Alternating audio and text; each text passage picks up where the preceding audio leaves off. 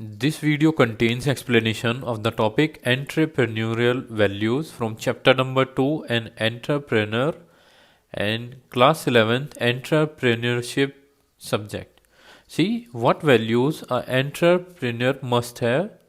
So the first thing given here is that Milton Rockich has defined values as beliefs that guide actions and judgment across a variety of situations.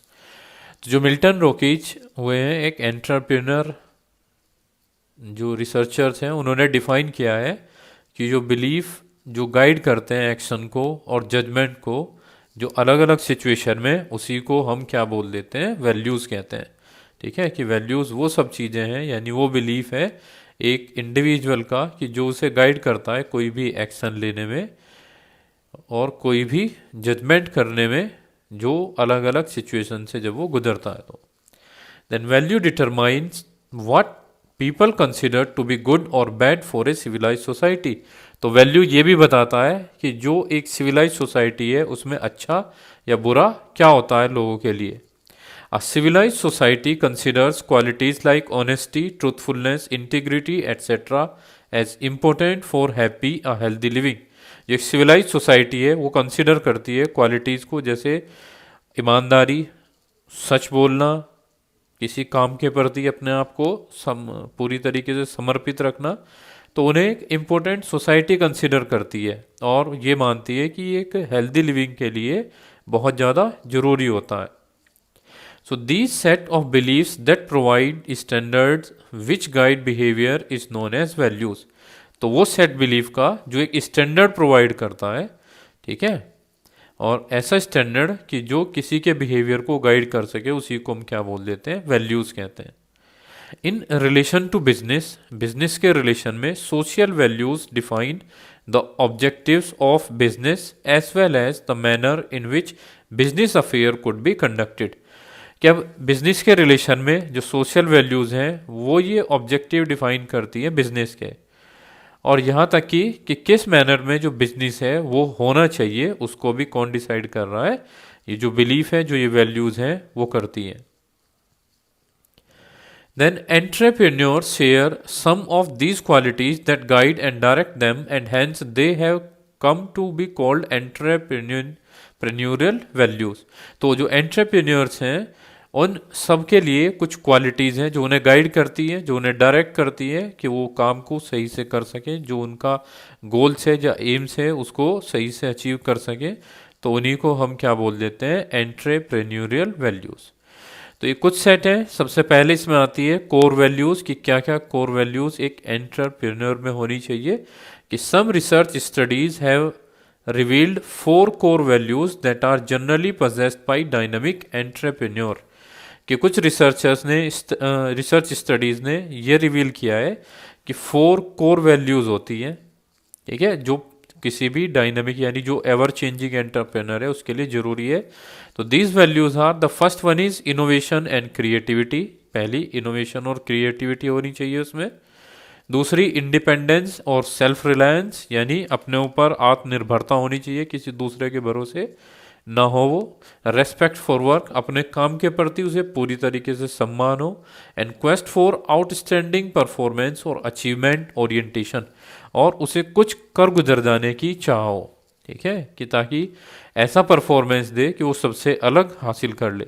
So however these values are not found in the same degree among all the entrepreneurs। और लेकिन जो ये values हैं एक entrepreneur में same degree में नहीं मिलती। किसी में इनोवेटिव और क्रिएटिविटी होगा तो किसी में इंडिपेंडेंस या सेल्फ रिलायंस। बहुत रेयरली होता है कि चारों वैल्यूज़ एक साथ किसी इंडिविजुअल के अंदर हो। First comes here innovation and creativity.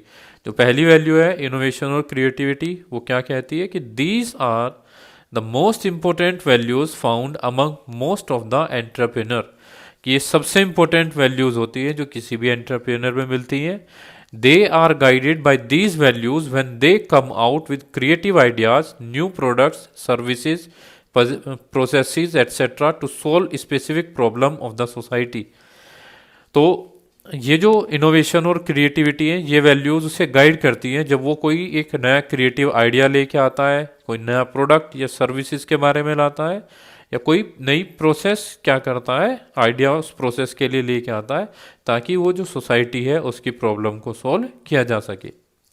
And creativity is the ability to see new ways of doing things and innovativeness is the ability to make it work in practice. तो creativity क्या है कि ये देखना कि नए तरीके भी हो सकते हैं किसी काम को करने के, और इनोवेटिवनेस है कि ये एबिलिटी होना कि जो वो आइडियाज हैं उनको प्रैक्टिस में लाया जा सके। For example, earlier hair oil was available only in tins and introducing it in plastic small packs has become convenient for customers to carry and use. शुरुआत में हमने देखा कि जो हेयर ऑयल था वो सिर्फ टिन में आता था, जो टिन की छोटी छोटी सी कैंस होती थी तो उनमें ही आता था। लेकिन फिर जो प्लास्टिक के छोटे छोटे पैक्स थे वो इंट्रोड्यूस होने शुरू हुए, तो कस्टमर उन्हें कहीं पे भी ले जा सकता था और यूज़ कर सकता था। ये किसकी वजह से आया कि उन्होंने सोचा कि इसका दूसरा तरीका भी हो सकता है कि हम कम अमाउंट दें ताकि उसे कैरी करना आसान हो। तो innovativeness can be seen through action such as, कुछ एग्जांपल है यहाँ पे जिसके मदद से हम इनोवेटिव समझ सकते हैं। इनोवेटिवनेस क्या है कि जैसे सैशे मार्केट है कि small sachet of shampoo oil etcetera, ये यानी पहले तो क्या आता था या अभी भी आता है कि बहुत बड़े बड़े जो बोटल्स होती हैं उनके अंदर शैम्पू या जो ऑयल होता है, लेकिन अब मार्केट में क्या अवेलेबल है कि छोटे छोटे सैशे भी अवेलेबल हैं। तो उससे क्या होता है कि सिर्फ एक बार में उन्हें यूज़ कीजिए या कहीं पे भी हम उनसे कैरी करना आसान होता है। And B is experimenting with new ideas, for example introduction of debit and credit card in the banking sector. और ये भी जो नया बैंकिंग एक नया आइडिया आया बैंकों को कि क्यों ना डेबिट और क्रेडिट कार्ड यूज़ किया जाए, और आज वो एक सक्सेसफुल है, बहुत बड़ा सक्सेस है। देन नेक्स्ट इज इंडिपेंडेंस और ओनरशिप, कि इंडिपेंडेंस और ओनरशिप क्या है, यानी सेल्फ रिलायंस, कि अपने ऊपर आत्मनिर्भरता होनी चाहिए किसी भी एंटरप्रेन्योर की। कि analyst of entrepreneurial processes have found that a very strong and positive ego drive is involved in the action plan of all significant entrepreneurial venture। तो जो एनालिस्ट होते हैं वो ये कहते हैं कि जो एक पॉजिटिव ईगो है वही किसी भी प्लान को क्या करती है, एक्शन में लेके आती है, और जितने भी एंटरप्रेन्योर वेंचर्स हैं उन्हें सक्सेसफुल बनाती है। It enables them to develop a mission concept which drives them to achieve their goal with a clear vision। और वो उन एंटरप्रेन्योर्स को क्या करती है कि एक मिशन कॉन्सेप्ट आती है उनके दिमाग में, कि वो मिशन बना लेता है कि अपना जो जितना भी गोल्स हैं या जो विज़न है उसको क्या बना लेता है, एक मिशन की तरह से देखता है कि ये मेरा मिशन है और मुझे इसे फुलफिल करना है। So they drive great satisfaction in their sense of independence और ownership। और वो क्या करते हैं कि उन्हें फिर संतुष्टि मिलती है कि जब वो उसको इंडिपेंडेंस रहते हैं और ओनरशिप उनके पास होती है, तो कहीं ना कहीं उस एंटरप्रेन्योर को एक सेटिस्फैक्शन स्टेट में लेके चली जाती है।